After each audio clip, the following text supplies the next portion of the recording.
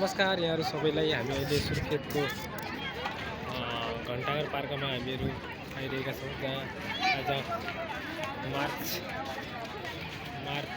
13 जुन रङ्गीन पर्व भने चिनिने होली पर्वको अवसरमा आज हामी घण्टाघरको भ्रमणतिर जुटिरहेका छौँ। जहाँ घण्टाघरको दृश्य तपाईँहरूले देखिराख्नु भएको छ। घण्टाघर विशेष गरी सुर्खेतको एकदमै चर्चित फेमसमा रहेको घण्टाघर पार्क हो, जुनमा आज जसरी आज सुर्खेतवासीहरू आफ्नो होली पर्वलाई मनाउन गइरहेका छन्।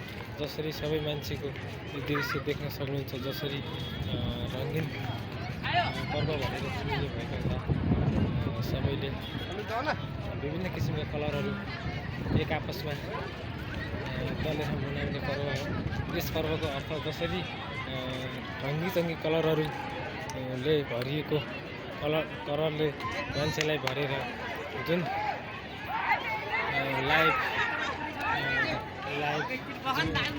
लाइफमा कुनै पनि कष्ट बाधा नहोस्, जीवन रङ्गीन होस् कामना गर्दछन् मान्छेले। यो रङ्गीन पर्वमा सबैको खुसियाली सुर्खेतमा चमत्कार रूपमा भइरहेको छ। सुर्खेतमा आज होली विशेष तबल्का मचिरहेको छ। तपाईँहरूले यो दृश्य देखिराख्नु भएको छ। हाम्रो होली पर्व मनाउन आउनुभएको छ विशिष्ट मान्छे, उहाँलाई चाहिँ मध्यनजर गर्न सक्नुहुन्छ। कैद गरिएका छौँ हामीले। हाम्रो विशेष अतिथि पनि आदरणीय व्यक्ति हुनुहुन्छ।